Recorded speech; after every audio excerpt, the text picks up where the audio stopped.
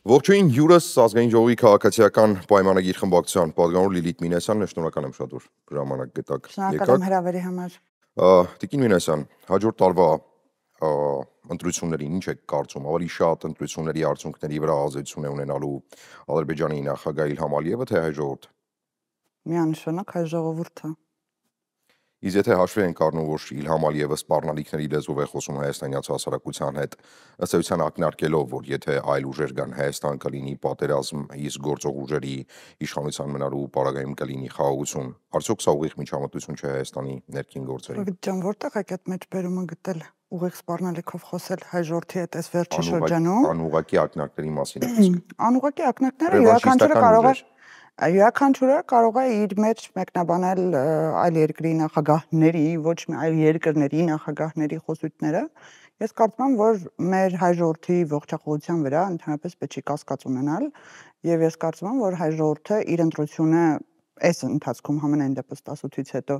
կատարել է, ոչ մեկ չի վիճարկել այդ ընտրությունների արդյունքները եւ շարունակելու է կատարել եւ իշխանությունը ընտրում է հայ ժողովուրդը։ Իսկ ինչ վերաբերվում է այդ մտահոգություններին, որ այլ երկրի ղեկավար, հարևան երկրի ղեկավար կարող է արտահայտչամիջոցներով որոշակի ազդեցություն ունենալ մեր քաղաքական դաշտի վրա, ես կարծում եմ, որ ընդդիմության գործելավոճն է եղել մշտապես հղվել այլ երկրների ղեկավարների խոսույթներին եւ ասել այ տեսակ, օրինակ Ռուսաստանի Դաշնության նախագահը այսպես արտահայտություն արեց, ուրեմն ավելի շատ մեզ է հաճո, քան օրինակ իշխանություններին կամ քաղաքացիական պայմանագիր կուսակցությանը եւ մշտապես հղվել այլ երկրների ղեկավարների խոսույթների վրա, դա կարծում քաղաքական սնանկություն է։ Դա թույլ տվեք հղում անել Հայաստանյան իշխանությունների հայտարարության վրա, որովին վերջերս Նիկոլ Փաշինյանը ուղղակիորեն ասաց, որ ընտրելով ըստ էության քաղաքացիական պայմանագրին Հայաստանի Հանրապետությունը ընտրում է խաղաղություն։ Ինչը ինքնին նշանակում է, որ չընտրելով քաղաքացիական պայմանագրին Հայաստանը ընտրում է պատերազմ։ Ինչպես։ Ես կուզեի այդ հարցը տայեք ընդդիմության ներկայացուցիչներին։ Չէ, ես ուզում եմ իշխանության ներկայացուցիչներին այդ հարցը։ Ասեմ, թե ինչի է ընտրում խաղաղությունը, պարզ է ինձ թվում է, որտեղ այո, պարզ է, որտեղ օգոստոսի 8-ը կնքվել է Հայաստանի Հանրապետությունում օգոստոսի 8-ի հռչակագրերը Ադրբեջանի հետ նախաստորագրված խաղաղության պայմանագիրը։ Նախաստորագրված։ Խաղաղություն չկա։ Որ ստորագրված լինելու է։ Մեծ հարց է։ Այդ ամբողջ տրամաբանությունն է դրանում, որ դուք ընկնում եք ծայրահեղությունից ծայրահեղություն եւ ասում եք, եթե ստորագրված է, նախաստորագրված է, ուրեմն դեռևս խաղաղություն չի, եթե ստորագրված է, էդ էլ փաստ չի։ Բայց ի՞նչն է ձեր համար փաստ։ Փաստը այն է, որ 1 տարի 7 ամիս Հայաստանի Հանրապետության սահմանին Ադրբեջանի զինվորի կրակոցից մենք զինվոր չունենք զոհված։ Եվ այդպիսի 1 տարի 7 ամիս Հայաստանի Հանրապետությունում 30 տարվա ընթացքում չի եղել։ Տիկին Մինասյան, այսպիսի վերջին 5 տարի Հայաստանի Հանրապետության վերջին 30 տարվա ընթացքում չի եղել, երբ զոհվել են 4000-ից ավելի հայորդիներ։ Իհարկե, պատերազմի ընթացքում 100 առնվազն 150 քառակուսի կիլոմետր տարածք եւ կորուստ է եղել ամբողջ Արցախի։ Խոշոր հաշվով 4500 քառակուսի կիլոմետրի։ Վերջին 5 տարվա ընթացքում այդպիսի բան չի եղել։ 5 թե ավել։ Վերջին 5 տարվա ընթացքում է դա եղել։ Հա, հասկանում եմ։ Եւ վերջին 1 տարի 7 ամիսը վերցնել որպես օրինակ ու անդադար ասել, որ ահա խաղաղությունը եկել է 1 ու 7 ամսով։ Մենք չենք ասում։ Իզենից առաջ ինչ էր տեղի ունեցել։ Դավիթ ջան, մենք չենք ասում, որ խաղաղությունը, մենք ասում ենք խաղաղությունը հաստատված է։ Մենք ասում ենք մենք ունենք երկկողմ հայտարարություն։ Մենք ասում ենք երկկողմ չի, երկկողմ է այնտեղ որտեղ, այո, որտեղ ներկա է եղել Ամերիկայի նախագահ եւ դա երկկողմ չի։ Հիմա դուք բերում եք ընդդիմության փաստարկները, որոնք ընդհանրապես չէ, բերում եք ընդդիմության փաստարկները։ Եկեք ավարտեմ խոսքս։ Նախ երկկողմ հռչակագիրը վերաբերում է Խաչմերուկին, նկատնում թրիփ նախագծին, իսկ ինչ վերաբերում է նախաստորագրված պայմանագրին, վկայի կարգավիճակով Ամերիկայի Միացյալ Նահանգների նախագահի վկայությունն է։ Իսկ ինչ վերաբերում է նախաստորագրված պայմանագրին, այո, այդ նախաստորագրված պայմանագրով հաստատվում է խաղաղությունը Հայաստանի Հանրապետությունում, բայց ուզում եմ շարունակել։ Անձամբ ինձ համար ես մշտապես ասել եմ, որ խաղաղությունը Հայաստանի Հանրապետությունում տեղի կունենա այն ժամանակ, երբ ապաշրջափակում տեղի ունենա, երբ ընդհանուր առևտուր տեղի ունենա հարևան պետությունների հետ, երբ հասարակությունների մոտ դադարեն քաղաքական իշխանությունների կողմից համենայն դեպս թշնամանք տարածել միմյանց նկատմամբ եւ տարիների ընթացքում շատ երկար կարող է տևել այդ տարիները, որ մեր հասարակության մոտ վախը, թշնամանքի զգացողությունը, ցավը, կորուստը այդ ամեն ինչը մի փոքր ավելի նվազի։ Նույն իրադրությունը տեղի է ունեցել համաշխարհային պատմության մեջ։ Մենք կարող ենք ուսումնասիրել եվրոպական շատ երկրներ, որոնք ունեցել են ներողություն ավարտեմ, եվրոպական շատ պետություններ, որոնք հարյուրավոր տարիներ եղել են ճշտամանքի մեջ եւ կռվել են իրար եւ զոհեր եւ տարածքներ եւ այլն եւ այլն։ Խաղաղությունը հաստատվել է այն ժամանակ, երբ որ փոխադարձ առևտուր եւ փոխադարձ շահեր են տեղի ունեցել։ Հիմա մենք գնում ենք այդ ուղղությամբ եւ մեզնից բացի, Դավիթ ջան, այս քաղաքական դաշտում չկա ուժ, որ առաջարկում են նույնը։ Մնացածը առաջարկում են կոնֆլիկտի հարատևման տարբերակը։ Այո։ Դուք հիմա մանիպուլացնում եք, որովհետեւ մենք կոնֆլիկտի փաստերով բերել։ Խնդրում, եթե մեջբերումներ ունեք, որ որևէ քաղաքական ուժ Հայաստանում հայտարարում է, որ կոնֆլիկտը պիտի շարունակվի, խնդրում եմ ուղիղ մեջբերում անեք, որովհետեւ շատ դեպքերում է թվում նաև ձեր գործընկերների հետ շփվելիս, երբ որ ասվում է, որ ընդդիմությունը նման բան է ասում, ես խնդրում եմ մեջբերում, որևէ մեջբերում չկա։ Սա առաջինը եւ երկրորդը խոշոր հաշվով ձեր մոտեցումը հակասում է Հայաստանի Հանրապետության վարչապետ, քաղաքացիական պայմանագիր կուսակցության վարչության նախագահ Նիկոլ Փաշինյանի ասածին։ Դուք հակասում եք մեր երկրի վարչապետի խոսքին, որովհետև Հայաստանի Հանրապետության վարչապետ Նիկոլ Փաշինյանը ասում է խաղաղությունն արդեն եկել է, իսկ դուք հենց նոր հայտարարեցիք, որ իմ կարծիքով խաղաղությունը գալու է այն ժամանակ, երբ որ լինի ապաշրջապակում, հասարակությունները սկսեն իրար հետ շփվել։ Ես բառացիորեն ասում եմ, ինչ որ դուք ասում եք։ Ես շարունակեմ միտքս, էլի, այդ խաղաղությունը հաստատված է փաստաթղթով։ Ես ասում եմ, իրական խաղաղությունը գործընթաց է։ Ոնց որ ժողովրդավարությունն է գործընթաց, որի շուրջ պետք է պարբերաբար աշխատանք կատարել, որին պետք է շատ նուրբ ձևավորել, վերաբերվել։ Մեզից յուրաքանչյուրը կապ չունի ընդհանրապես քաղաքական դաշտում թե քաղաքացի է, չի ապրել խաղաղության մեջ։ Մենք չգիտենք այդ ինչա։ Մենք անընդհատ վտանգի զգացողության մեջ ենք ապրում։ Որովհետև պես 30 տարի մեր անկախության պատմության մեջ այդպես է։ Ինչ որ հարցում կա անցկացած Հայաստանում, որտեղ բնակչության զգալի մասը ասում է, որ ինքը խաղաղության մեջ չի ապրել 30 տարվա ընթացքում եւ չի իմացել ինչ է խաղաղություն։ Ըստ ձեզ խաղաղության մեջ ենք ապրել։ Այո։ Ինչպես, երբ մենք ունեցել ենք փխրուն հրադադար։ Տիկին Մինասյան։ Եվ պարբերաբար յուրաքանչյուր քաղաքացի մեր ժողովրդի մեջ չկա մի ընտանիք, որ չի ունեցել զինվոր, որ չի ունեցել առնվազն բարեկամ, որ գնում է սահման։ Շատ բարի, եւ ցանկացած ժամանակ բանակ տանելուց բոլորը ունեցել են մտավախություն, որ կարող է սահմանեն ինչ որ իրադրությունը լարվի եւ կռիվ սկսվի։ Անկամ խաղաղության պայմաններում բանակ գնացողները այդ վախով են գնում, եթե անգամ խաղաղություն է։ Այդ վախը ներսի զգացողությունը ինքնին թույլ չի տալիս պատկերացնել, որ դու խաղաղության մեջ ես ապրում։ Այդ մեկ փաստարկ։ Եվ երկրորդը, ինչ վերաբերում է դեր ասացին, որ հակասություն կա, ես կարծում եմ գիտեք, չէ՞, ես որ խմբակցությունից եւ կուսակցությունից պատկերացնում եք։ Դրա համար եմ ուղիղ ասում, որ ձեր եւ ձեր կուսակցության ղեկավարության ասում ենք խաղաղությունը հաստատված է։ Վարչապետը նույնպես կրկնում է նույն արտահայտությունը, որ ասում խաղաղությանը պետք է շատ ներփորեն վերաբերվել, պետք է վարչապետը ասում է խաղաղությունը կա արդեն։ Այո, եւ իսկ դուք ասում եք ինձ թվում է կլինի։ Այսինքն դեռ չկա։ Շարունակությունն եմ ասում։ Ես ասում եմ, որ պետք է ներփորեն վերաբերվել, ցանկացած process գործընթաց պետք է ունենա իր հնարավոր արդյունքները հողի վրա, մեկը իմ կարծիքով ապաշրջափակումն է, եւ ես կարծում եմ, որ ժողովուրդների մոտ խաղաղության զգացողությունը կամրապնդվի այն ժամանակ, երբ որ տեղի ունենա փոխադարձ առևտուր, փոխադարձ շահեր։ Իսկ ինչ վերաբերվում է նրան, թե արդյոք կլինի դա չի լինի, դա մեզնից է կախված։ Ոչ միայն մեզնից է կախված, բայց մեծապես մեր գործը եկեք անենք, հետո մնացածի մասին կխոսենք։ Շատ բարի։ Հիմա վերադառնալով այն բանը, որ եթե ոչ քաղաքացիական պայմանագիրը, ապա կլինի պատերազմ։ Այսինքն ստացվում է, որ մնացած բոլոր պարագաներում, եթե չընտրվի քաղաքացիական պայմանագիրը, սա երաշխավորված պատերազմ է Հայաստանի Հանրապետության դեմ, ինչի ինքնին սպառնալիք է հայաստանյան հասարակությանը ամեն դեպքում եւ պարտադրաբար ընտրել Նիկոլ Փաշինյան։ Դավիթ ջան, ուզում եմ մեկնաբանենք այն քաղաքական ուժերին ու ես իրանց ընդհանուր բերում եմ մի դաշտի մեջ եմ տեղավորում, որովհետև իրանց պարտաբերած թեզերը իդենտիկ են, բոլորը, նույնն են գրեթե։ Եվ իրանք մի ծիրի մեջ են, տենց չեմ ասում ժողովրդավար, որոշակի առումով որոշակի այլ ուղղվածություններ ունեցող քաղաքական ուժեր, այլ այն ընդդիմադիր դաշտը, որը հիմա ձևավորված է։ Այդ ընդդիմադիր դաշտը մշտապես խոսում է խաղաղությունից, բայց օրինակ չի այս տարիների ընթացքում ես նրանց քաղաքական ղեկավարների կամ քաղաքական գլուխների կողմից չեմ լսել հայտարարություններ, որ այո, պետք է Ադրբեջանի եւ Թուրքիայի հետ խաղաղություն ունենանք։ Խաղաղ համակեցության մասին, ժողովուրդների հաշտության մասին ոչ մի խոսույթ չի եղել։ Այսքան ժամանակ Դաշնակցություն կուսակցություն, Հանրապետական կուսակցություն, դաշինքները նրանց բոլոր իրենցից ծնվող սատելիտները Թուրքը համարել են թշնամի։ Դուք էլ եք համարել ներողություն, ինչ որ X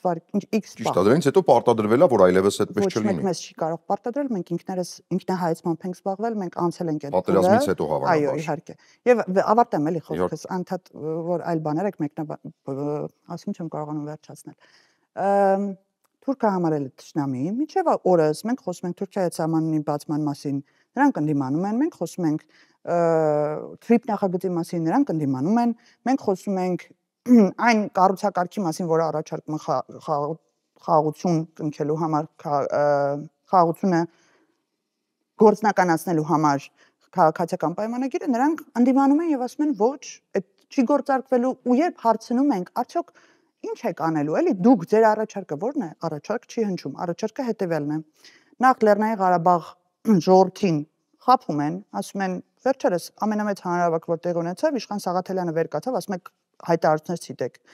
1 տարուց վերադառնալու ենք Արցախ, Արցախը հետ ենք բերելու։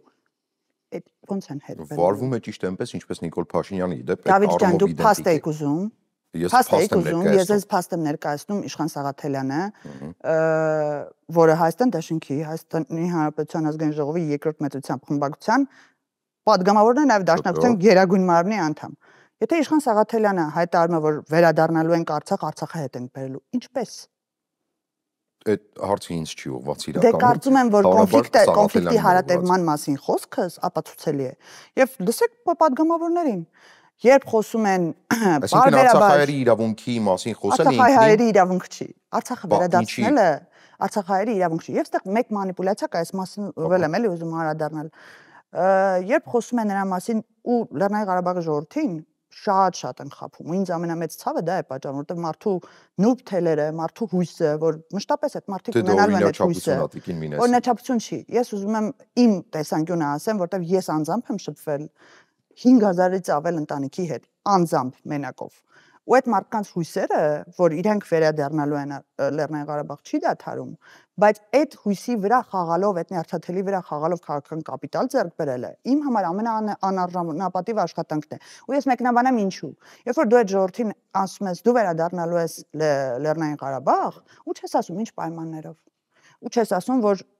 դու չես ասում, որ նույն կառուցակարգերը, իշխանություն, քո օրենսդրությունը, նույն իրավիճակը չի լինելու, դու չես կարող դա առնվազն մոտակա ապագայում ընդհանրապես չես կարող իրատեսական համարել, նրանք դա ասում են ոչ վերադառնալու եք Լեռնային Ղարաբաղ։ Դուք օգտագործեցիք անարժանապատիվ եզրույթ է, չէ՞։ Ինչի օգտագործեցի, որտեղ դա մեր ամենամեծ քննադատությունն, ասում ենք ո՞նց եք բերելու խաղաղություն, ասում մենք էլ ենք խաղաղություն ուզում, ասում ինչ խաղաղություն, ասում արժանապատիվ խաղաղություն ենք ուզելու։ Դուք օգտագործեցիք անարժանապատիվ գնահատական այն քաղաքական ուժերի, ովքեր փորձում են օգտագործել զգացմունքները արցախցիների իրենց հետ վերադարձի մասին խոսելով։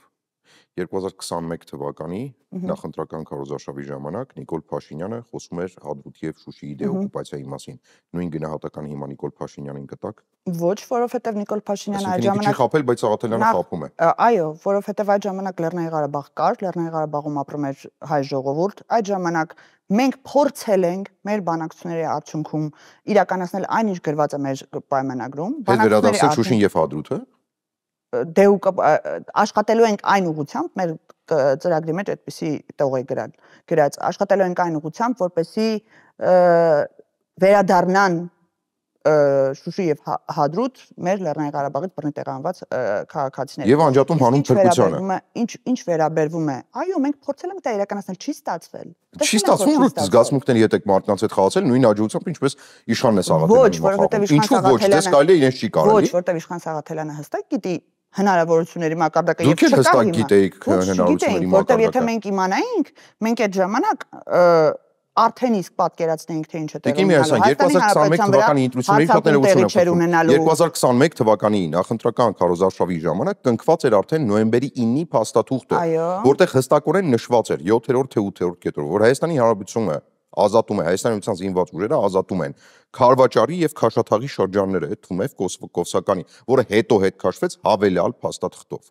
Բայց 2021-ին Նիկոլ Փաշինյանը հայտարարում էր Հադրութ եւ Շուշի հետ վերադարձի մասին։ Այսինքն Իշխան Սաղաթելյանը վարվում է ըստ ձեզ անարժանապատիվ, իսկ Նիկոլ Փաշինյանը արժանապատիվ է այո, վարվել։ որովհետև Իշխան Սաղաթելյանը ասում է դա արդեն Լեռնային Ղարաբաղի կորստից հետո, այն կորստից հետո, որը որ Դաշնակցություն կուսակցությունն է, ինքը իր ձեռքով իրականացրել Մեղավոր են եւ դրանից դաշնակները։ հետո ոչ միայն մեղավոր են դաշնակները, Դավիթ ջան, դուք հիշում եք, մենք երբ որ խոսում էինք նշաձողի իջեցնելու մասին մեզ ինչ էին ասում։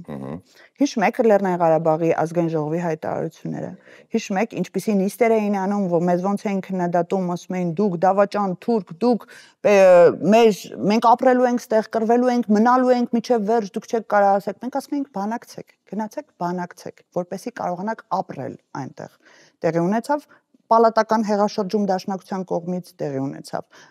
Տեսանք 10 օր հետո ինչ տեղի ունեցավ։ Մեր նշաձողը իջեցնելու գաղափարին մեզ պիտակավորում էին, բայց այն դեպքում, երբ որ նրանք կարողացան 10 օրում ամբողջությամբ նենց անել, որ այնտեղ մարդ չմնա,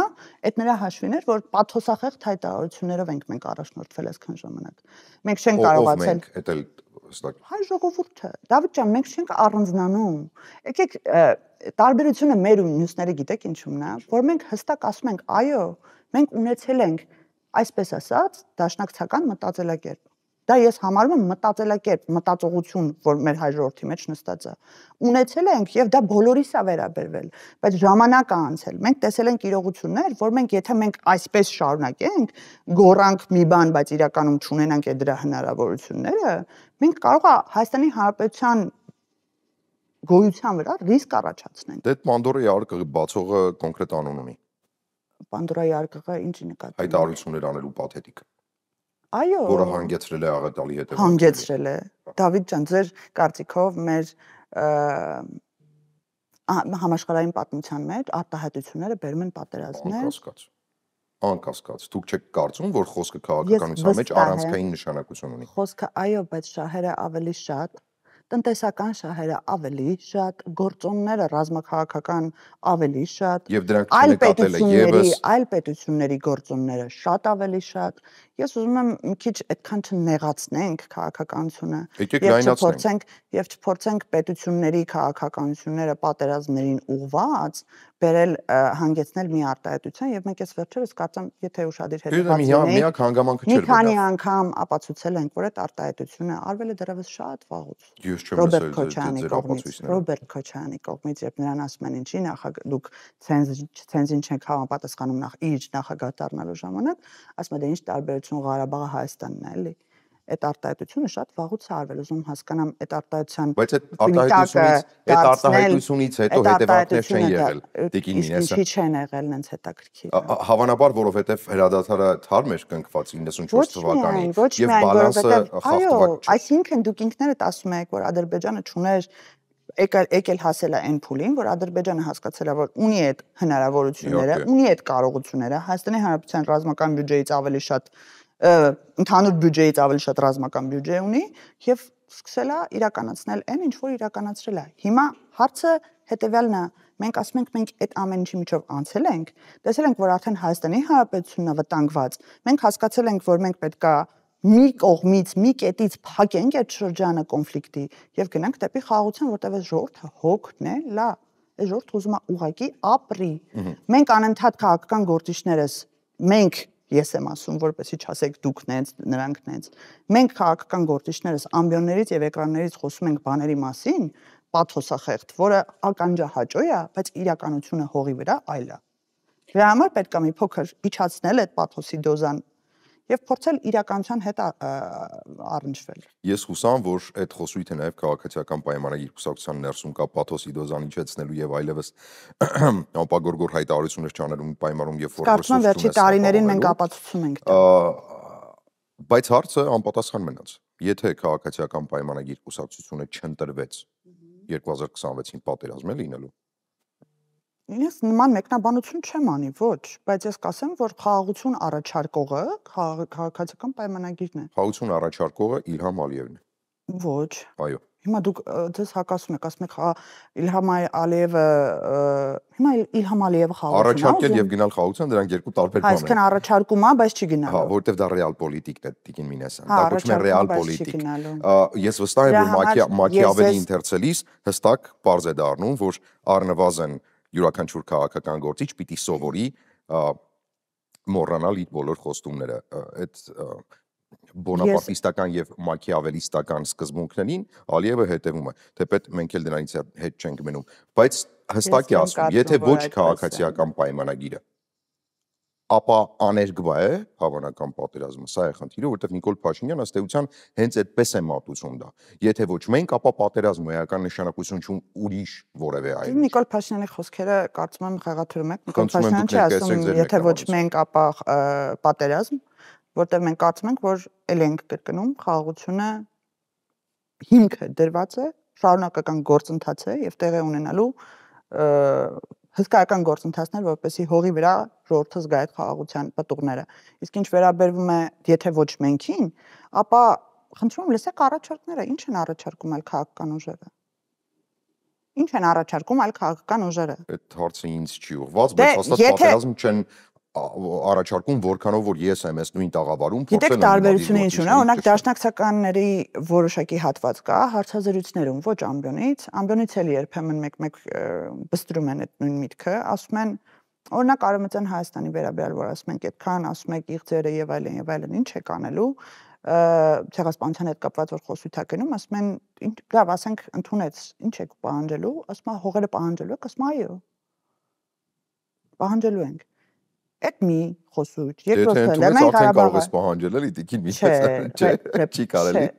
Եկեք տարբերությունները հասկանանք։ Դու եթե այլ պետության նկատմամբ ունես տարածքային պահանջներ, շատ նորմալ է, որ այլ պետությունն էլ ինքն է կարող է ունենալ, ինչքան է արդարացի է քո պահանջները, միջազգային իրավունքի տեսանկյունից, adekvat է, որ դիմացին էլ կարա ասի մի վարքյան, ես էլ քո նկատմամբ կարամ ունենամ այդ։ Հիմա մենք չունենք Ադրբեջանի նկատմամբ, իրենք ունեն մեր նկատմամբ։ Չունեն։ Արևմտյան Ադրբեջանի տարածքային ամբողջականության թեզի տակ ստորագրություն կա Իլհամ Ալիևի։ Ոչինչ չի փոխում։ Շատ մեծ բան է փոխում։ Տարածքային ամբողջականություն, ինքնիշխանություն, իրավազորություն, այդ թեզերի տակ կա ստորագրություն Իլհամ Ալիևի։ Այդ նշանակում որ Իլհամ Ալիևը ու կներեք էլի որ բերում եք արտահայտությունները ամբողջական մեջ բերեք։ Այսինքն ամբողջ ելույթները որ այս վերջի օգոստոսի 8-ից հետո տեղի են ունեցել, մենք չենք հիշում երևի դրվագ, չէ՞ որ Իլհամ Ալիևը արտաբերում է որ այո, խաղաղությունը հիմա շահեկան է երկու պետություններին։ Այո, ես ոչ մի նկարտում չունեմ Հայաստանի Հանրապետության տարածքային ամբողջականության վրա։ Այդ ելույթների մեջ այդ թեզերը ոչ մեկ չի մտաբերում, իրականում մեդիայում չի պատտվում, որտեղ մեդիայում պատտվում է արտահայտություն օրինակ Սևանը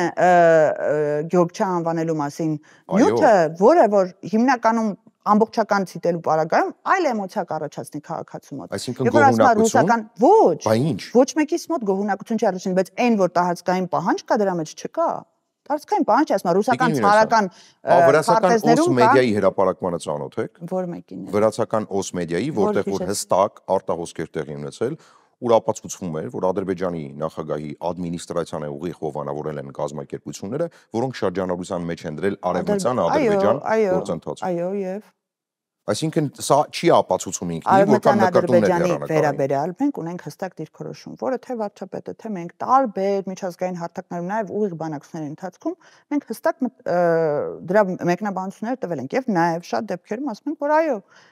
փախստականների վերադարձի մասին խոսույթը չի նպաստում խաղաղությանը հիմա։ Եվ մենք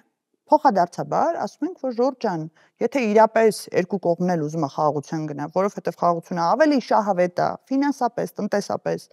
ժողովուրդների մակարդակում ավելի շահավետ է, քան պատերազմը, պատերազմը միշտ ավելի թանկ է նստում ձեր վրա։ Եկեք վերջապես փակենք այդ էջը։ Մենք ստիպված ենք անընդհատ այդ խոսույթին անդրադառնալով մեկնաբանել մեր դիրքորոշումը։ Մեր 30 տարվա բանակցային գործընթացում մենք ունեցել ենք հետևյալ քաղաքականությունը, որ մեզ ասել են կոպիտ բառամթերքով ասեմ, մեր ժողովուրդը ավելի լավ կհասկանա, էլի։ Բոշա, մենք ասել ենք փչացած, դուք ասել եք բոշա, մենք ասել ենք փչացած։ Այդ խոսույթը երբևիցե չի կարող վերջնակետին հասցնել։ Մեր վերջնակետը ցանկությունը ո՞րն է։ Մենք տեսնում ենք այդ կետը, որ հաստատված ամբողջությամբ հողի վրա պատկերված իրականացած, ապա շրջափակված խաղաղությունն է։ Ճիշտ է։ Մի հարց Եթե մենք գնում ենք դրան, ուրեմն մենք պետք է անենք մեր նպատակակետին անընդհատ նայելով այդ հայտարարությունները։ Ինչ եք կարծում, հայ-ադրբեջանական կոնֆլիկտը էթնիկ թե տարածքային կոնֆլիկտ է։ Այս հարցը մի անգամ եմ լսել ու կարծեմ ձեզնից եմ էլի լսել եւ էթնիկ սկզբից էթնիկ հետո դարձրեցին բանակցային գործընթացում տարածքային։ Էթնիկ կոնֆլիկտները երբեք չեն սպառվում։ Ես ձեր հետ համակարծիք չեմ։ Մինչև որևէ կողմ տոտալ հաղթանակ չկա։ Գերմանացիները ֆրանսիացիների հետ ինչքան են պատերազմել Դավիթ ջան։ Էթնիկ կոնֆլիկտը երբեք չի սպառվում։ Նորից եմ հարցնում, եվրոպական պետություններում ինչքան են պատերազմել ազգերը։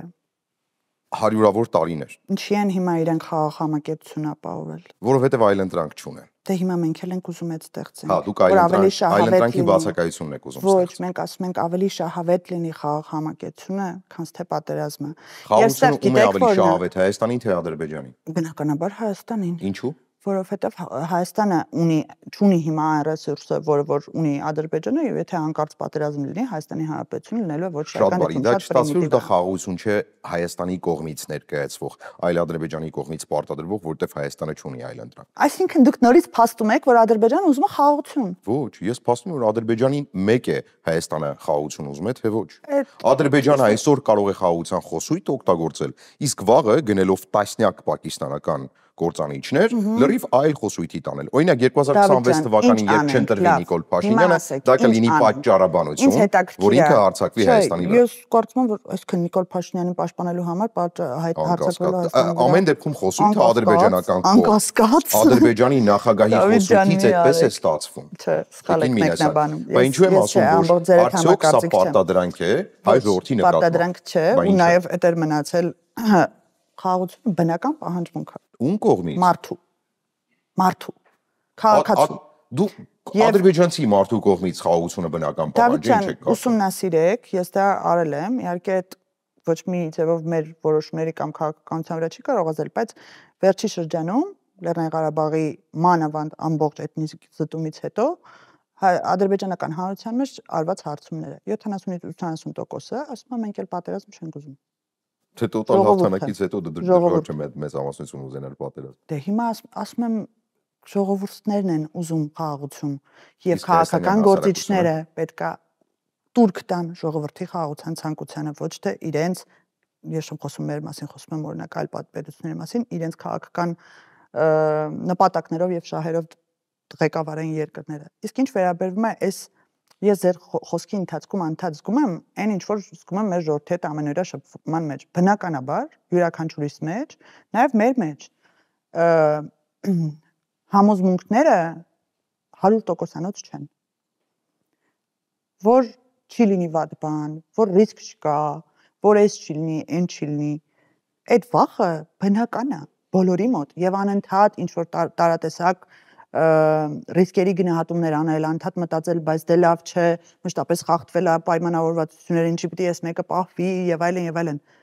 Հարցը հետեւյալն է. ինչ եք առաջարկում։ Ես առաջարկող չեմ, ես լրագրող եմ, առաջարկողը ձեր գործընկեր քաղաքական գործիչներն են։ Դուք չէ։ Ես վստահ եմ, որ այլընտրանքային առաջարկ չկա։ Երբ որ 2021 թվականից հետո, 20 թվականի պատերազմից հետո աշխարհի լուտանքներն էին մեր գլխին թափվում, թե մեր ներսից, թե դրսից ավելի շատ։ Մենք ատամները սխմած որոշում ունեինք, որ գնալու ենք խաղաղություն հաստատելու։ Մենք շատ դեպքերում կրճտացնելով մեր ինքնասիրությունը, ներողություն, ավարտել 20 թվականից հետո։ Չեմ հասկանում այս դեմքի արտացությունը, բայց կմեկնաբանեք հետո ավարտեմ։ Շատ բարի, 2020 թվականից հետո քաղաքացիական պայմանագիրը խաղաղության մասին բառ չի ասել։ 22 թվականից հետո ենք մենք 22 թվականից հետո քաղաքացիական պայմանագիրը բառ չի ասել 22 թվականից հետո ենք խոսել խաղաղությունից, բայց մենք 20 թվականից հետո ամեն օրյա կտրվածքով բանակցությունները եղել են հիմնականում խաղ ապրելու մասին։ Մենք դրա համար ենք բանակցել, որպեսզի թե Լեռնային Ղարաբաղի ժողովուրդը այնտեղ խաղ ապրի, թե Հայաստանի Հանրապետությունն ենք, էլի դրա համար եմ համաձայն եմ ֆիքսում 20 այն ինչ որ մենք ապրել ենք եւ այն ինչ որ մեր ժողովուրդները մեզնից պահանջում, եթե մենք հանկարծ տուրք տայինք մեր այսպես ասած ինքնասիրությունը ոտնահարված համարեինք եւ չհամարեինք, որ մենք ժողովրդի պատասխանատու ենք մի ամբողջ սահմանին կանգնած զինվորի պատասխանատուն ենք նաեւ, Մենք շատ ված տեղ ենք գնալու։ Մենք շատ դեպքերում լռել ենք, շատ դեպքերում արել ենք այն ինչ որ մեզնից պահանջվում է այն վերջնակետին հասնելու համար եւ եկել ենք հասել ենք օգոստոսի 8-ին։ Խնդիրը նրանում է, թե դու ինչ վերջնանպատակ ունես։ Վերջնանպատակիդ հասնելու համար այն գործոնները, որոնք որ ընթացիկ են եւ քեզ խանգարում են անընդհատ մտածել, այդ վախերը, ռիսկերը, այդ մենք էլ ենք տեսել։ Մենք էլ ենք անցել դրա միջով, բայց մենք պետք է մի կետից հասկանանք, որ վերջ, փակում ենք այդ էջը եւ ավելի շահավետ պայմաններ ունենանք։ Հիմա TRIP-ի գործարքը հենց այն է, ինչի մասին ես խոսում եմ։ Մենք պետք է կարողանանք 2, 3, 4 տարբեր աշխարհական կենտրոնների համար ունենանք ավելի շահավետ տարածաշրջան, քան կարող է լինել պատերազմի պարագայում։ Քաղաքացիական պայմանագրի նպատակը 2026 թվականին վերընտրվելն է, թե խաղաղություն բերել է։ Երկուսն էլ իրար հետ։ Հետաքրքիր հարցադրում եք անում, մեկը մյուսին չի հակադրվում։ Հակադրվում է իրականում, Ոնց։ որովհետև վերընտրվենք լինելու, չի լինելու խաղաղություն։ 2018 թվականին վարչապետ էր դառնում, ասելով, որ ինքը մնում է վարչապետի պաշտոնում կամ ուզում է ընտրվել վարչապետի պաշտոնում Արցախի հարցը լուծելու համար։ Բայց ասում էր, որ բանակցությունները փակուղի են մտել եւ փակուղում այլևս հնարավոր չի դրական։ Ինքը շարունակում է մնալ, որ լուծի Ղարաբաղի հարցը։ Ինչով է ավելի դրական չի պայմանագիրը այս դեպքում ՀՀԿ-ից։ Ոյ Աստված հերոպահի մի համեմատեք, խնդրում եմ, ընդհանրական ոչ մի բան չունենք մենք։ Ավելի շատ դուք եք որ կտրվածքով համեմատում նախկինների հետ, քան մենք ենք ձեզ համեմատում, հավատացեք։ Մենք չենք համեմատվում, մենք ասում ենք, որ նախկինների ախրելի թեմա շեղում ենք, էլի։ Նախկինների խոսույթը լեգիտիմ չի կարող լինի իրանց արածների եւ չարածների նաեւ գործողությունների հիման վրա, էլի։ Մեր խոսույթը դա է, որ եթե անգամ մեզ քննադատեն, դուք չեք քննադատող։ Իսկ ինչ վերաբերվում է տեսակ Դավիթ ջան, ասենք մոռացա, ինչ էիք հարցնում սկզբից։ Հա, վերընտրության մասով։ Հա, Սերժ Սարգսյանի ասացի։ Սերժ Սարգսյանը 18 թվականին հեռանալուց ասում է, որ բանակցությունները մտել են փակուղի եւ այլևս հույս չկա, լավատեսություն չի ներշնչում, որ կարող է ռազմական գործողություններ տեղի չունենան։ Ասում է, գնալուց հետո մի հատ էլ մի ամբողջ տարի 19-20 թվականներ, մի ամբողջ մեդիա դաշտ իր սատելիտներով գորմավորեց մարդ եկել Արցախը հանձնելու, հիշում եք այդ խոսույթը, բոլորն էին ասում։ Եվ տեղի ունենում պատերազմ։ Ինձ թվում է, այստեղ ամեն ինչ շատ ավելի ակնբախ է, քան մենք կարող ենք խոսել, այլ բան չկա տեղ ասելու։ Մենք ուրիշ բան ենք ասում։ Նախ մենք միջազգայինորեն ճանաչված Հայաստանի Հանրապետության տարածքի մասին ենք խոսում։ Մենք չենք խոսում այն բանակցային գործընթացների մասին, որը տեղի է ունեցել այս 30 տարում Լեռնային Ղարաբաղի հետ կապված, որը այլ պետությունների կողմից չճանաչված պետություն է։ Եվ բայց դրա համար 3 միջուկային գերտերություն նախաանդամներ ԵՀԿ Մինսկի խումբ են հիմնել այդ կոնֆլիկտը կարգավորելու համար։ Նորից ապրեք, ձեր ասածն եմ ասում, Սերժ Սարգսյանը գնալու էր այդ բանակցություններով իր պատկերացումով լուծումներին։ Մենք ասում ենք, մենք միջազգայինորեն ճանաչված տարածք ունենք, մենք խնդիր չունենք։ Դուք այն ժամանակ այդպիսի բան չէիք ասում, Տիկին Մինաս։ Մենք հիմա ենք ասում։ Դուք հիմա եք ասում, իրադարձություններից հետո իհարկե հիմա եք ասում, հետո չեք ասելու։ Շատ կարևոր է մեր հասարակությունը, մեր ընդդիմությունը ընկալի ինչա տեղի ունեցել մեր հետ։ Ցավոտ է, իհարկե ցավոտ է։ Այդ ցավը ստիպում է քեզ անդադ պատասխանատվությունը բարթես ուրիշի վրա, անդադ մտածես, որ մեզնից ոչ մեկը կապ չուներ այս ամեն ինչ տեղի ունեցավ մեր հետ, չգիտեմ, վարչապետն է մեղավոր, ընդդիմությունն է մեղավոր, էսա մեղավոր, Ադրբեջանն է մեղավոր, Պուտինն է մեղավոր, սաղ մեղավոր են, բայց տեղի ունեցել մեր հետ ահասարսուր ողբերգություն։ Այդ ողբերգությունը պետք է մարսվի ու այդ ողբերգությունը պետք է ունենա հետևանքներ մեր մտածողության մեջ։ Մենք խոսում ենք դրա մասին, որ դուք ասում եք այն ժամանակ ես եք ասել, ընդդիմություններն էլ անդադ է ասում, քաղաքացիների մեջ էլ ներառել են դիմանալու համար։ Եկեք թույլ տվեք թող ընդդիմանան, էլի ոչ են համաձայն։ Որ այն ժամանակ ես եք ասել, հիմա ես եք ասում ենք, այո, որտեվ մենք էլ ենք ունեցել այդ տարբերվող մտածելակերպը, անցել ենք այս արհավիրքի միջով, տեսել ենք հետևանքները։ Հետևություն պետք է անենք այդ հետևանքներից։ Ժողովուրդ, դուք խոստովանում եք, որ դուք անպատրաստ եք եկել իշխանության եւ այդ անպատրաստության պատճառով պատրաստված կարող է լինել։ Ով է ասում։ Չկա մի իշխանություն, որ կարող է պատրաստված լինել, որտեղ մեր հանրային քաղաքական խոսույթը 1991 թվականից ի վեր չի տարբերվել։ Կարող եք ասել քաղաքացիական պայմանագրի կուսակցությունը երբ է հիմնվել։ 2015 թվականին։ 2018 թվականին դարձել է իշխանություն, պատրաստ էր թե անպատրաստ։ Որոշակի առումներով պատրաստ էր, որոշակի առումներով անպատրաստ եւ անպատրաստ լավ իմաստով։ Որ իմաստով։ Ասեմ, որ մենք շատ երկար ժամանակ օրինակ մենք չենք կարող իմանալ ինչ մեխանիզմներ են գործում կոռուպցիոն հանցագործություններ իրականացնելու համար եւ դա լավագույն մեխանիզմն է, որովհետեւ մեզ ասում են դուք եւ միևնույն ժամանակ պատերազմ վարել չգիտեիք։ Խի ով գիտեր տենց լավ։ Չեմ կարող ասել, որտեվ ուրիշ մեկին հնարավորություն չի տրվել վարել պատերազմ բացի ձեզնից։ Չէ, դրվել է Լևոն Տեր-Պետրոսյանին։ Ում? Լևոն Տեր-Պետրոսյանին։ Հա, բայց Լևոն Տեր-Պետրոսյանը իշխանության հայտ չէր ներկայացրել 2018-ին, դուք էիք ներկայացրել։ Ես խոսում եմ, հա, ես վերջերս չեմ ասում, նկատում եմ ժամանակներն էլ տրվել են։ Ես չեմ կարծում, որ մենք անընդհատ վերադառնալով պատերազմի վերաբերյալ խոսույթին, թե ոնց ինչ, երբ, ինչպես, կարող ենք նպաստ բերել այսօրվան։ Մենք գիտենք ինչա տեղի ունեցել, ինչի է տեղի ունեցել, ինչ պատճառներով, Մենք չգիտենք, դուք գիտեք։ Չէ, դուք էլ գիտեք։ Ոչ, մենք չգիտենք, որտեվ դուք թաքցրեցիք 44-օրյա պատերազմի հանգամանքները քննող հանձնաժողովի ոչ մեկ չի թաքցրել։ Դուք թաքցրել եք, ոչ մեկ չի թաքցրել։ Տվեք ինձ, կտակ զեկույցը վաղը։ Ներողություն, ավարտեմ։ Դուք ասում եք թաքցրեցիք, ես ասում եմ ոչ մեկ չի թաքցրել։ Ու հիմա մեկնաբանում եմ ինչի։ 44-օրյա պատերազմի զեկույցը իրավական այն մեկնաբանությունները չտան, որ արժանախագահն է տվել կամ պաշտպանության հանձնաժողովի նախագահն է տվել,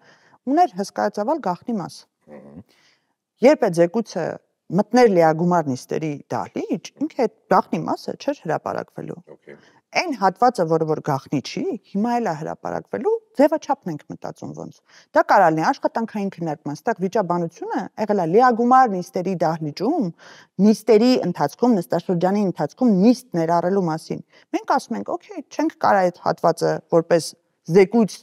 տրամադրենք, բաց հատվածի մասին եմ խոսում։ Կարող ենք լինել աշխատանքային քննարկում, մեծ էլի բաց։ Կարող է լինել լսումներ, կարող է լինել այլ ձևաչափեր, բայց կոնկրետ նիստերի դահլիճում, նիստերի ընթացակարգի մեջ չենք կարող ներառել դա, որտեղ զեկույցի այդ հանձնաժողովի ժամկետը լրացել է։ Այստեղ ոչ մի թաքուն բան չկա, այդ կոնսպիրոլոգիաները այնքան է սիրում այս հայ հասարակությունը, ու լրագրողները ավելի շատ։ Չէ։ Եթե կարիքը լինում է օրենսդիրն ու գործադիրը, որ հիմա մի մարմին է ավելի շատ, հա, հաշվի առնելով մեծամասնությունը։ Ոչ, ես դες նենց մանրուքներ կարող եմ պատմել այդ մեծամասնության վիճաբանություններում։ Եթե ցանկությունը լինի, իշխանությունը միշտ գտնում է հնարավորություն։ Եթե ցանկությունը չկա, իշխանությունը միշտ գտնում է պատճառաբան։ Սա սկզբունքային։ Եվ երկրորդը, զեկույցի մեջ կան գաղտնի դրվագներ եւ նորմալ է, որովհետեւ պատերազմի հանգամանքները քննող զեկույց է։ Բայց կա եզրակացություն, որտեղ չկան գաղտնի դրույթներ, եւ եզրակացությունը մեծի մասամբ ամփոփում է այն, ինչ այդ գաղտնի դրույթները վերլուծելիս հանձնաժողովը եզրահանգել է։ Եվ որի հրապարակմամբ գոնե թե լայն հասարակությունը բարձ պատկերացում կունենա, թե պատճառահետևանքային կապերը պատերազմի հետևանքների դրան նախորդած կամ հաջորդած շրջանի որոնք են եղել։ Եվ գոնե թե երբ ասում եք հետ ենք վերադառնում, շատ կարևոր է հետ վերադառնալ միշտ, որովհետև քանի դեռ չես վերլուծել այն, ինչ տեղի ունեցել նախկինում, ապագայում նույն սխալները գործելու հնարավորությունը անհամեմատ ավելի մեծ է։ Հետեւաբար, երբ մենք խոսում ենք թաքցնելու մասին, խոսքը հենց դրա մասին է։ Ես իբրև լրագրող թաքցնել։ Թաքցնել։ Դուք ասում եք միտումնավոր ինչ-որ բան է թաքցվել, տենց բան չկա։ Դուք հիմա չեք թաքցնում այդ զեկույցը։ Ոչ, ասում եմ հնարավորություններ ենք ման գալիս, թե այդ հատվածը ձեր ասած բաց, ձևաչափն ենք ընտրում։ Այ մոլորակայիններ բերելու մասին չի, չէ՞, խոսքը հնարավորություն ընտրելու մասին։ Ոչ, կա ձևաչափ ընտրելու մեխանիզմ, որը ազգային ժողովի կանոնակարգ օրենքին կհամապատասխանի։ Եվ դա խնդիր չի, Դավիթ ջան, այս խոսույթը կավարտվի, թաքցնելու մասին ձեր ասած դիտավորությունը, հույս ունեմ մի օր եթերում կկանչեք, դուք ասեք, երբ հրապարակային լինի, դուք ասեք, Լիլ ջան, կներեք, դիտավորություն չենք տեսել դրա մեջ, որովհետև դա ընդհանրապես կոնսպիրոլոգիա է, որ այդ 44-օրյա զեկույցի շուրջ բան են արել։ Մեկ էլ մի կարևոր դրվագ էլի ստեղ ասեմ, պատճառները, ով ինչ է արել, ոնց է եղել է, շատ բաց քննվել է։ Էլ բաց 10 ժամանոց վարչապետն է քննիչի ժամանակ հացազրույց տվել, դրանից հետո այլ մասնակիցներ են եղել բաց խոսացող հենց այդ բաց հատվածներում։ Այսինքն մենք այս 4 տարի է, թե ազգային ժողովի ամբիոնից, թե հնարավոր բոլոր այլ էկրաններից խոսում ենք մեր ու ընդդիմության մշտական կռիվը, ճիշտ է, եթե այն բառամթերքը հանենք տակը, այդ է պատերազմը։ Ու բնական է, այո, ժողովուրդն էլ չի մարսում, մեր քաղաքական դեմքերն էլ եւ քաղաքական ուժերն էլ չեն կարողանում դրան մի ամբողջական ասեն փակեն իրենց մեջ այդ զգացողությունը, թե ինչ ա եղել, ինչ չի եղել։ Բնական ռեակցիաներ են, բայց զեկույցի վերաբերյալ մեծամասամբ բաց հատվածի տեղեկատվությունը ծանոթ է հայ հասարակություն։ Ես ձեզ մեկ էլ մի բան եմ խոստանում։ Ես ամբողջական զեկույցին եմ կարող ծանոթանալ, որտեղ ունեմ գաղտնիության թույլտվություն։ Այն հատվածը, որ բաց է, ես խոստանում եմ, որ լրատվության միջոցների օգնությամբ, նաև իմեջում շատ մանրամասն հանգամանալից կներկայացնեմ հասարակությանը, որը որ հնարավորություն կտրի։ Շատ բարի։ Ես հուսամ, որ մենք ականատես կլինենք դրան շուտով, որովհետև ամեն դեպքում ես իբրև քաղաքացի եւ վստահ եմ մեր բազմաթիվ հեռուստադիտողներ 2026-ին ընթരാճ այդ թվում նաև հենվելով այդ զեկույցի եւ դրա ճշմարտացիության վրա են որոշելու, թե որ քաղաքական ուժին իրենց քվեն կտան։ Հիմա վերադառնալով 2026 թվականի ընտրություններին,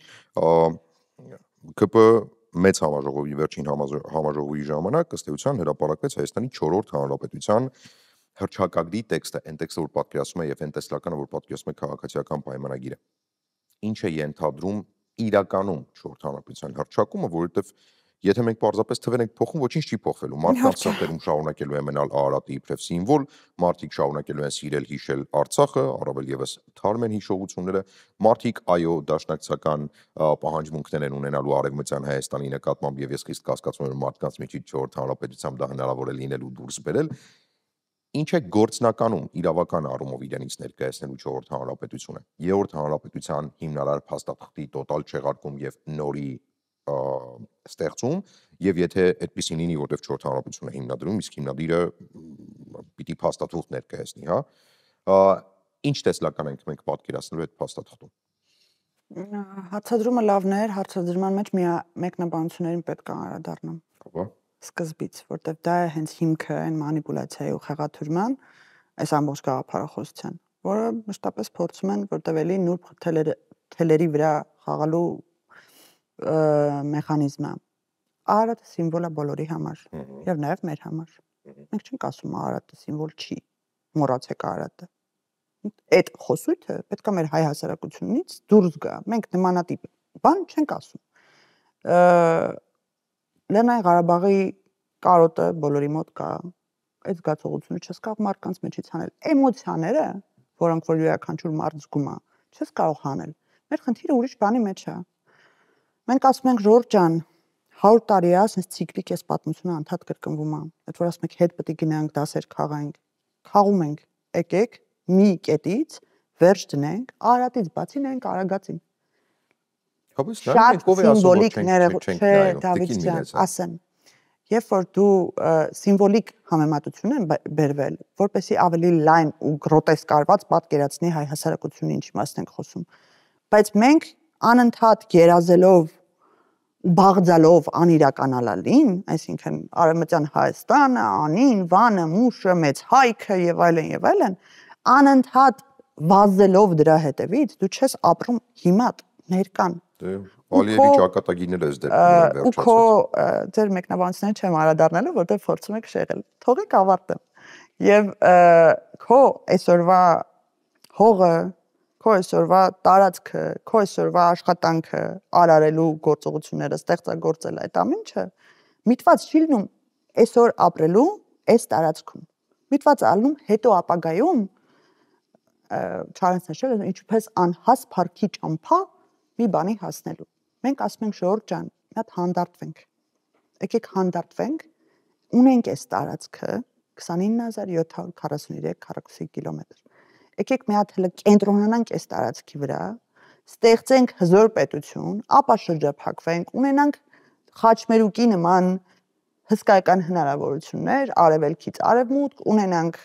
ժողովրդավար ինստիտուտներ, ունենանք Հյուսիսից հարավն էլ, դիտմամբ չեմ մոռանում։ Ունենանք լավ տնտեսություն, ունենանք մտածելակերպ, որ մենք ենք մեր պետության տերը, ոչ թե օտարի լծի տակի տրամաբանությամբ ապրենք, որտեղ ներառված է նաև այդ թեզը, որ այո, հարկեր վճարելը մեր պետությանն ենք վճարում։ Այդ մեր գենետիկ հիշողության մեջ, որ մենք անդադ օտարի լծի տակ եւ խառաջ էին ասում ժամանակին, չէ՞ գլխահարկին։ Այդ տպավորությունն է միջև հիմա մեր ժողովրդի մոտ, որ ինչ փողը տալիս է, իր գրպանին չի տալիս է։ Նորմալ է, ադրբեջանցիների մոտ էլ, դեպոսների մոտ էլ կա դա։ Դավիթ ջան, չէ, ես ձեզ ասեմ, որ տրամաբանությունը տարբեր է, խոսույթները տարբեր են։ Մենք օրինակ Չգիտեմ, այլ լեզուներում տեսել եք այդ կեղտոտ աշխատավարձ հայտարարությունը։ Բազմաթիվ է, գերմանացիներն են դրա մասին խոսում ի դեպ։ Չէ, կեղտոտ, տենց է, բառը տենց է։ Տիկի Միրոսյան, նստում է որ դրանք ունիկալ բաներ են, որոնք մենակ մեզ են հարիր, բայց մենք մոռանում ենք, որ մենք նախ եւ առաջ սովորական մարդ ենք, հետո էթնիկ հայ։ Ունիկալ բառը, գիտեք, որն է մեր հայ հասարակությանը միայն բնորոշ։ Բազմաչարչար եւ մազապուրծ բառը ամբողջ աշխարհում չկա։ Տեսեք, գիտեք, որն է հասարակության կողմից որն է ամենամեծ տարակուսանք հետ ու նաեւ իշխանության կողմից։ Շատ կարեւոր բաներ եք ասում, բայց չեմ կարող այստեղ այդ ռեմարկը չանել։ Տպավորություն է ստեղծվում, որ քաղաքացիական պայմանագիրը ինքը իր համար ստեղծում է խնդիրներ, օրինակ Արարատի այդ ուրիշ երկրում լինելը կամ արագացի հայկական լինելը եւ սկսում է ինքը մտագերողներով լուծել այդ խնդիրը։ Ինքը դնում է խնդիր, որ ամբողջ հայ ժողովուրդը ամբողջ կյանքը տառապել է Արևմտյան Հայաստանի մասին, բայց ես 34 տարեկան երիտասարդ ես, իմ տանը Երևանում Ավանում նստած, երբեք Արևմտյան Հայաստանը հետ գրավելու մասին երբեք չեմ մտածել, թեպետ 30 տարի է, 34 տարի ապրում եմ Հայաստանի Հանրապետությունում։ Ինչպես իմ ամբողջ շրջապատը եւ կրկին տպավորություն է ստեղծվում, որ այդ խոսույթը արհեստականորեն ուռճացվում է եւ քաղաքացիական պայմանագիրը արհեստականորեն սկսում է նվազեցնել այդ խոսույթը։ Թե որն է տրամաբանությունը, Հայաստանում ապրող մարդիկ ոչ թե ավանդական սփյուռքը, որը միշտ Արևմտյան Հայաստանի երազանքով է ապրում, երբեք առանձնահատուկ թույլ տվեք այդ բառն օգտագործել, ախտով չի տարապել Արևմտյան։ Դա եղել է հիշողություն, adekvat հիշողություն, բայց դուք եւս շատ լավ գիտեք, որ մեր շրջապատում առավոտյան չեն արթնացել եւ մի բաժակ թեյի կամ սուրճի շուրջ ասել, այ Երանի մի օր վերադառնանք Արևմտյան Հայաստան։ Ոչ, մարդիկ գնացել են, աշխատել են, արարել են, իրենց տները կառուցել են, բարեկեցությունը ապահովել են, դա եղել է երազանք, բայց սա ինքնության հետ կապված երազանք է, ոչ թե կոնկրետ նպատակ։ Ինչպես թուրքերը ունեն մեծ իղձ հասնել Երուսաղեմ, որտեղ Երուսաղեմը համարում են թուրքական։ Հասկանում եք, յուրաքանչյուր ժողովուրդ ունի իղձ եւ դրա դեմ կռիվ տալը ստվերի հետ կռիվ տալ է։ Չենք տալիս, բայց դուք ապացուցեցիք իմ ասած։ Ապա հիշում եք, որ մի քիչ առաջ ասացի քաղաքական գործիչները եւ էկրաններից հնչող խոսույթը չի համապատասխանում իրականությանը։ Հիմա եկեք հիշենք մեր 30 տարվա քաղաքական դաշտը։ Ես ու դուք տարեկից ենք եւ ես 17-18 տարեկանից եմ քաղաքական process-ների մեջ ցույցերի մասնակցում։ Մեր քաղաքական խոսույթի մեծամասնությունը դաշնակցական մտածելակերպն է եղել։ Եվ խոսքը մենակ Արևմտյան Հայաստանի մասին չի էլի։ Մենք չենք շատ քիչ դաշնակցությունից բացի չէ քաղաքական ուժ, որ ասի գնալու ենք գրավենք կամ ինչ-որ բան անենք։ Բայց այդ ֆիդայական շարժման մոտեցումները, այդ անընդհատ պատերազմելու, կռվելու եւ անընդհատ պայքարի մեջ լինելու, որ մենք պետքա հետ գրավենք, հետ ուզենք եւ այլն, ու իրականում հողի վրա թե ժողովուրդ ոնց ապրում, իրար չի համապատասխանում։ Երբ որ մենք ասում ենք, այս գաղափարախոսությունը մենք չենք ծնել, դուք ասում եք ստվերի հետ եք պայքարում, ասում ենք չէ, մենք ժողովրդի հետ խոսացել ենք, ժողովուրդն է ասել մեզ ամեն օր տարբեր մոտեցումներով, խոսույթներով բերել են հասցրել են նրան, որ սա պետքա ստեղծվի ու բարձրաձայնվի։ Եթե իրականում այսքան ժամանակ ոչ մեկ չի խոսացել սրա մասին, ու իրականում եկեք ընդունենք էլի, որ ինքը տաբուացված թեմաներ է բացում։ Շատ տաբուացված թեմաներ։ Մինչև հիմա Ցեղասպանության զոհերի անունները իհարկե տաբուացված է շատ կարծում եմ։ Դա ընդունված կիքս է ու բոլորս ասել ենք, որ անթույլատրելի է նման խոսույթը, դրա մասին չեմ ասում։ Չեք կթողում էլի խոսքը։ Չէ, խնդրեմ։ Ես շատ եմ ուզում, որ օրինակ դուք ընդունում եք, որ մեր երեխաները սովորեն կամ ապրեն այն մտայնությամբ, որ Արարատը գնալու ենք հետ բերենք։ Մեր երեխաները ես ինքս դպրոցում երբեք Արարատը հետ բերել մասին դաս չեմ սովորել։ Ապրեք, բայց լսել եք երեխաներից տենց բան։ Ոչ։ Բայց ես չեմ լսում։ Ես չգիտեմ դուք որ երեխաներին եք լսում, որոնք ասում են մենք գնալու ենք Արարատը։ Ներողություն, եկեք մեր կրթության, մեր պատմագրության մեջ շատ հետաքրքիր ձևով է ներկայացվում ընդհանրապես հայոց պատմությունը։ Սկզբից մեզ 4-5 դասարանում բերում են մեծ հայքի քարտեզը, ասում են այսպես հզոր պետություն ենք ունեցել, այսպես ոգևորվում ես մեջ բան անում։ Հետո մինչև 10-րդ դասարանը հասնում, քեզ անդադ ասում են քեզ գրավել են, քեզ կերել են, քեզ նվաստացրել են, քեզ, չգիտեմ, բռնաբարել են, են արել, են արել, ինչ ասես քո հետ արել են ու սարքել են այսքան։ Ու քո մոտ անընդհատ այդ զգացողությունը հոգեբանական, հոգեբանական մակարդակի քո մոտ անընդհատ զգացողությունը, որ դու պետքա մեծանաս, էլի դառնաս նենց ոնց որ եղել ես։ Իսկ դա վատ է։ Մարդու մոտ ամբիցիաները։ Տարածքային պահանջներ ունենալը, այո։ Դուք սկսել եք ինչ որ մասնագիտական պահանջներ ունենալը, այո։ տարածքային պահանջներ ունենալը, այո, որտեղ այլ պետությունը, երբ որ դու այլ պետության տարածքային ամբողջականությունը չես ճանաչում, Ադրբեջանը ամբիցիա ունի Վրաստանի նկատմամբ, Իրանի նկատմամբ, անգամ Թուրքիայի նկատմամբ։ Դա պետական ամբիցիա է, դա նորմալ է։ Չի, ոչ, պետական քաղաքականության մեջ չկա տարածքային պահանջ ունենալ այլ պետության նկատմամբ։ Դավիթ ջան, չկա տենց բան։ Կա մի հատ հսկայական տարբերություն այն ձեր բերած օրինակների մեջ։ Ես միշտ այդ օրինակը բերում եմ ու նաև հենց երեխեքի հետ հանդիպման։ Մենք դպրոցներ ու ուսանողներ ենք ընդունում ազգային ժողովում, երևի բոլոր մարզերից, բոլոր հնարավոր տարիքային խմբերի։ Ես մշտապես երեխեքին հետ եմ ասում, Ժորժ ջան, ապրում ենք մի այս տարածաշրջանում, չենք գնալու Ավստրալիայում ապրենք, ստեղ ենք ապրում, ծնվել ենք ստեղ։ Նշանակում է երազանք չպիտի ունենաք ամբիցիա։ Ոչ, երազանք ունեցեք։ Ես մշտապես ասում, ձեր անձի հետ կապված երազանք ունեցեք։ Հա, պետության հետ կապված մի ունեցեք։ Ոչ, ձեր անձի հետ կապված երազանքները իրականացնելու պարագայում լավագույնը կանեք պետության համար։ Լավագույնը կանեք պետության համար։ Եվ այստեղ էլի օրինակ բերեմ։ Երազանքներ պետության հետ կապված շատ կարելի է ունենալ, ձեր ասած օրինակով, այն որ ասում եմ աշխատում է, ապրում է, սովորում է, էլի պետության հետ է առնչվում։ Ինքը եթե իր համակեցությունը պատկերացնում է Հայաստանի Հանրապետության տարածքում, իդեալական է լինելու իր օրինակ մեծ բիզնեսմեն, մեծ գործարար, մեծ հանրային գործիչ, քաղաքական գործիչ, արվեստի ներկայացուցիչ, այսինքն յուրաքանչյուր մարդ, որ ունենա մեծ համբավ կամ ունենա կայացած կարիերա, ունենա իր սիրած մասնագիտությունը, ունենա իր ընտանեկան արժեքներով պատսպարված իր ապրելու վայրը, իր ընտանեկան արժեքները, այդ ամեն ինչից հետո այդ մարդու երջանկությունը բերելու է նաև պետության Այդ իհարկե գեղեցիկ խոսույթ է, տիկին մի ասում։ Հենց դա պաթոս չի, իրականությունն է։ Դուք մարդակենտրոնությանն եք տանում, մինչդեռ ես ասում եմ պետականակենտրոնության մասին։ Ես էլ եմ ուզում, որը մի հայտնի խոսույթ կա Հայաստանում, նպատակ չունեցող մարդնում է պետք։ Նույնը կարող ենք պետության հասցեին ասել, ամբիցիա չունեցող պետությունն ում է պետք։ Դավիթ ջան, ինչ ամբիցիա եք ուզում ունենալ։ Պետությունը պիտի ունենա ամբիցիա։ Օրինակ, ինչ է ունեցել։ Ասեք նախորդ ամբիցիան ո՞րն է եղել։ Ծավալվելու ամբիցիա։ Ծավալվելուն ո՞րն է։ Տարածքային տարածքներով։ Տիկին Միրասյան, այնքան վախեցած եք խոսում դրա մասին։ Ինչ թվում է ինչ որ մեկը ձեզ ասա, հանկարծ տարածքային պահանջների մասին չխոսեք։ Այնտեղ վախեցած եք, այո, պետությունը պիտի ունենա ծավալվելու ցանկություն։ Մարդկության պատմության ողջ դաշնակցական էլ չի նստած, ախր։ Մարդկության պատմության ողջ ընթացքում բոլոր զարգացող պետությունները վաղ թե ուշ ընդլայնվել են։ Դուք պատմությանը դեմ գնալ չեք կարող։ Դավիթ ջան, մի օրեք տենց բաներ։ Ներկայացնեմ իրավիճակը այնպես, ինչպես ներկայացնում եմ ուսանողներին։ Միշտ ծավալվել են, ներկայացնեմ իրավիճակը այնպես, ինչպես որ աշխարհում որևէ մեկի կողմից ընդունված չէ։ Այո, ընդունված չի միջազգային իրավունքի տեսակետից։ Միջազգային իրավունքի դա նորմալ է, որ միջազգային։ Մենք պետության ներկայացուցիչ ենք, մենք իրավունք չունենք նման երազանքներ դնել։ Ադրբեջանը սուբյեկտ չի դնում այդ տարածքից ավել տարածք։ Համընդունում ենք, բայց այդ չունի այդ երազանքը Ադրբեջանը պետական քաղաքականությունում չի կարա ինքը տենց երազանք ձևավորի։ Հա պետական իրան պետք էլ չի, որտեվ դա հակասում է միջազգային օրենքին։ Բա դուք ասում եք դրեք այդ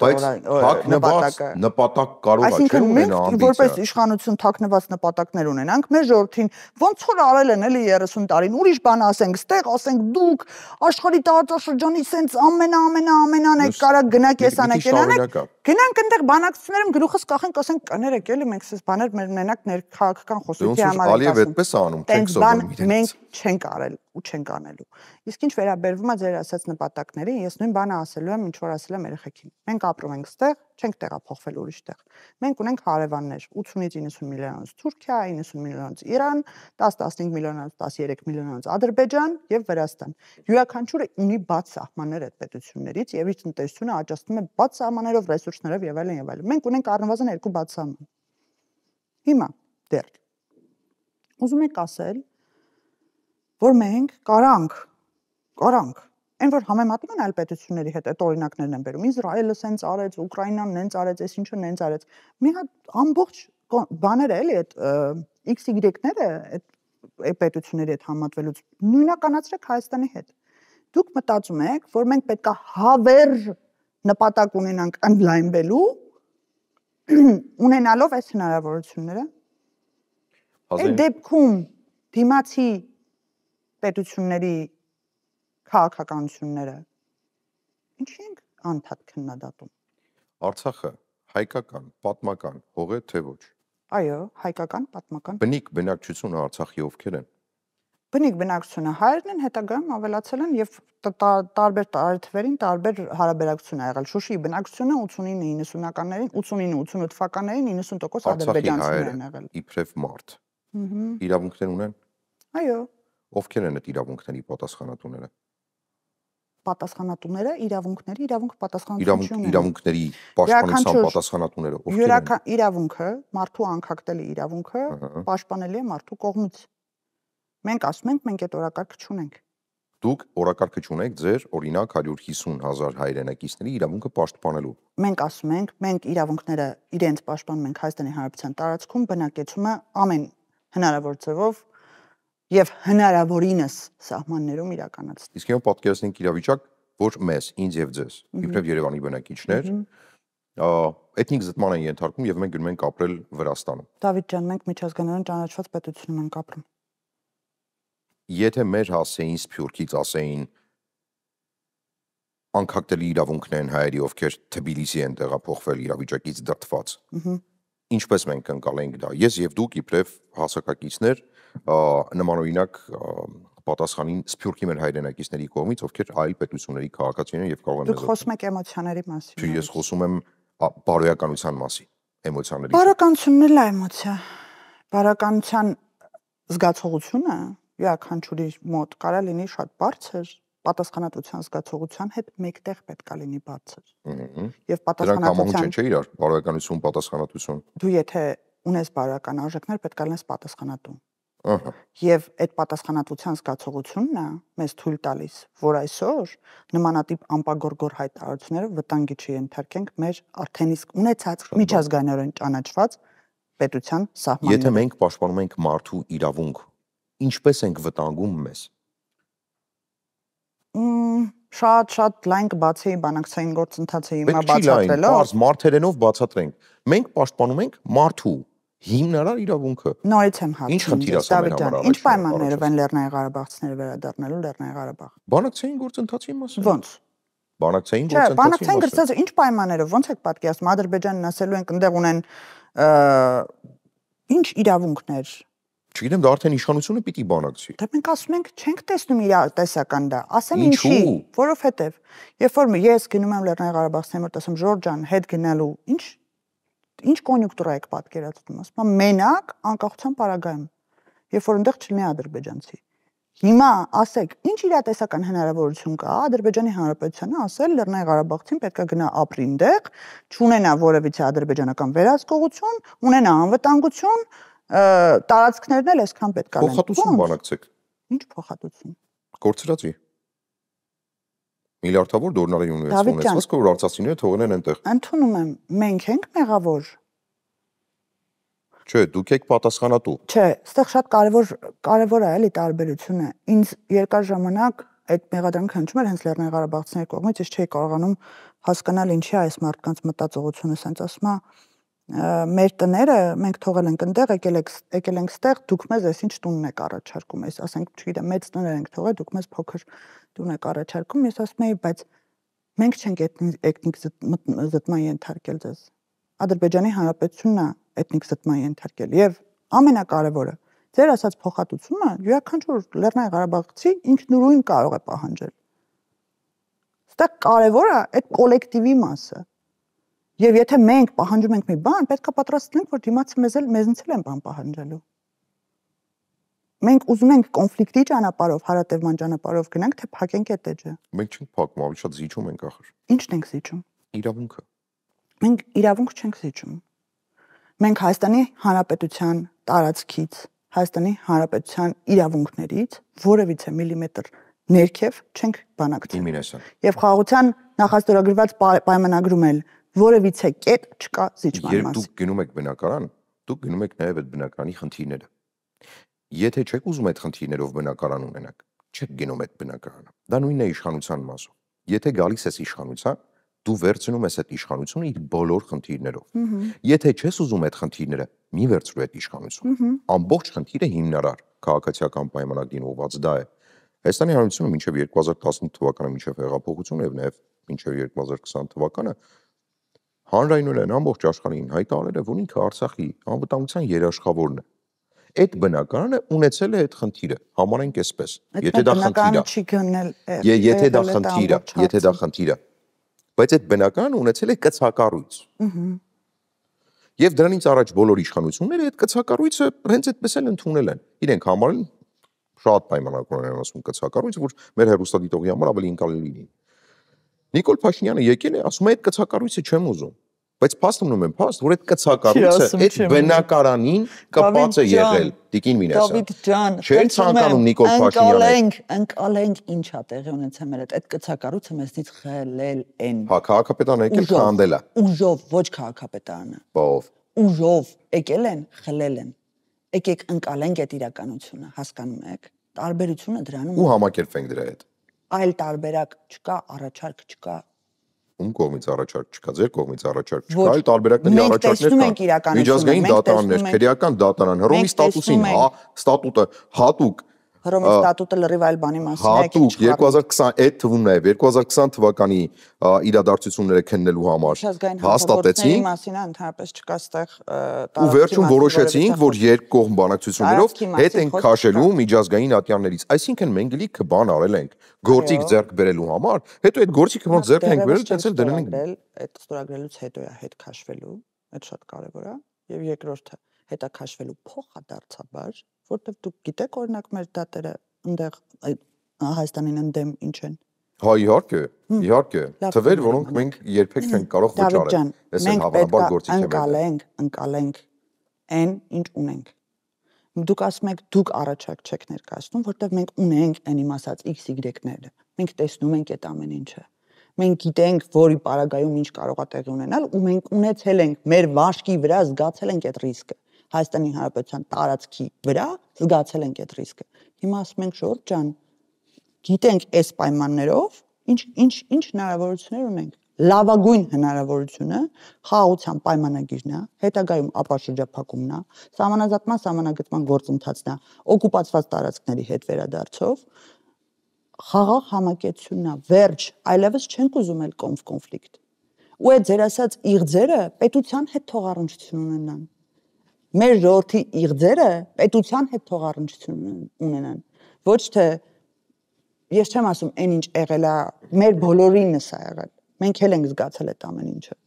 Բայց հասկանում ենք, որ պետական գործիչը, քաղաքական գործիչը իրավունք չունի իր էմոցիաներով շարժվի։ Դու պատասխանատու ես սահմանին կանգնած զինվորի կյանքի համար ու ոչ միայն սահմանին կանգնած զինվորի կյանքի համար։ Ֆանտաստիկ ամփոփում Ատիկի Մինասյան։ Ֆանտաստիկ ամփոփում։ Ես հուսամ, որ լայն քաղաքական դաշտը հենց նոր ձեզ լսեց, որ յուրաքանչյուր խոսքը ուղղակիորեն ազդում է սահմանին կանգնած զինվորի կյանքի առողջության ապագայի եւ ճակատագրի վրա։ Անսահման շնորհակալ եմ, մենք մոտ մի ժամ զրուցեցինք։ Այո, սա ավելի շատ զրույցի ձևաչափ էր, որովհետեւ դե մեր մոտ ընդունված է զրուցել։ Հույս ունեմ էլի կգամ։ Անկասկած։ Այն ինչ որ խոստացա կներկայացնեմ։ Մեզ կներկայացնենք, որովհետեւ ես վստահ եմ, որ մեր հասարակությունը ամեն դեպքում զեկույցին սպասում է։ Մենոնք էլ կարդալ շատ են սիրում, հնարավորություն ունենան կարդալ։ Անսահման շնորհակալ եմ կարևոր ռեսուրսի ժամանակը մեզ տրամադրելու համար։ Լիլիթ Մինասյանն էր մեր հյուրը քաղաքացիական պայմանագիր խմբակցության պատգամավոր, մնացեք մեր եթեր։